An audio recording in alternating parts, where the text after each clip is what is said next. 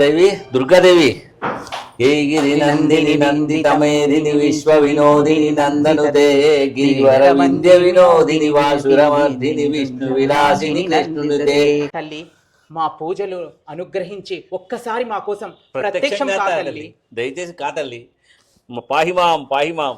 పాహిమాం పాహిమాం పాహిమాం ప్రత్యక్షం తమ్ముడు బావా. ఏంది బావా, మనం ఏదో అమ్మా, పూజ చేస్తే నిజంగానే నువ్వు కరుణించు. దుర్గాదేవినా? అవును నాయన, పిలిచారు కదా వచ్చాను. చెప్పండి నాయన, ఏమిటి మీ కోరిక?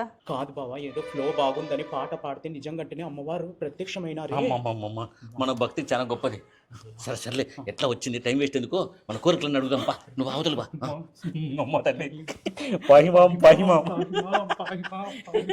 పాహిమాం పాహిమాం. తల్లి దుర్గామాత, నాదొక కోరిక వందొక కోరిక ఉంది, మాకు తీర్చు తల్లి. చెప్పండి భక్త, ఏమిటి మీ కోరిక? అమ్మా తల్లి, నా పెద్ద కోరికలు ఏం కాదమ్మా. పులిహోర దొద్దోజనము ఏ మండపాల్లో ఏ గుళ్ళో పెడతారో అదొక్కటి చెప్పు తల్లి. నవరాత్రులు అంతా నీ పేరు చెప్పుకొని తింటాను నేను. భక్త, అలాంటి చెత్త కోరికలు కాదు, మంచి కోరికలు అడుగు. మన కడుపు నిండేది తప్ప ఇంకా మంచి కోరికలు ఏం లేవమ్మా. బావా నువ్వు చెప్పు బావా, మంచి కోరికలు అంటే అడుగు బావా నువ్వు. వాడు తిండిపోతులేమ్మా, వదిలేసి. దో నాకు నీకు నవరాత్రులు జరుగుతాయి కదా, నవరాత్రుల్లో మండపాలు అన్ని ముడుపులు కడతారు కదా, ఆ ముడుపులని నాకు వచ్చినట్టు వరమి తల్లి. ప్లీజ్ అమ్మా, ప్లీజ్ అమ్మా.